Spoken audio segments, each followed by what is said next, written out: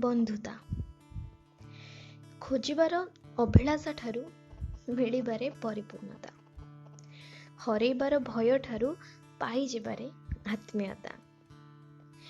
ବନ୍ଧୁତା ସେଇଠି ଯେଉଁଠି ପାଖରେ ମିଳିଗଲେ ଖୁସିର ଲୁହ ବୁନ୍ଦା, ଆଉ ଦୂରେଇ ଗଲେ ତାକୁ ଛୁରୀ ହୋଇ ଝଡ଼ି ପଡ଼େ ସେଇ କେତୋଟି ଲୁହ ବୁନ୍ଦା। ଅଶାନ୍ତିର କୋଳାହଳ ଭିତରେ ସତରେ ବନ୍ଧୁତା ଯେମିତି ଏକ ଶାନ୍ତିର ନିରବତା। କେବେ କେବେ ସେ ପ୍ରେମ ପାଇଁ ଲଢ଼େ, ତ କେବେ ବନ୍ଧୁ ବଞ୍ଚେଇବା ପାଇଁ ପ୍ରେମ ସହ ଲଢ଼େ।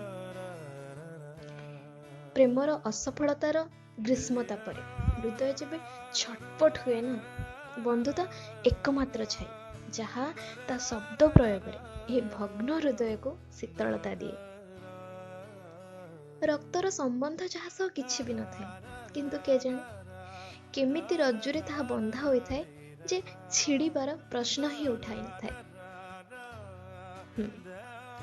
ସେ ଏମିତି ଏକ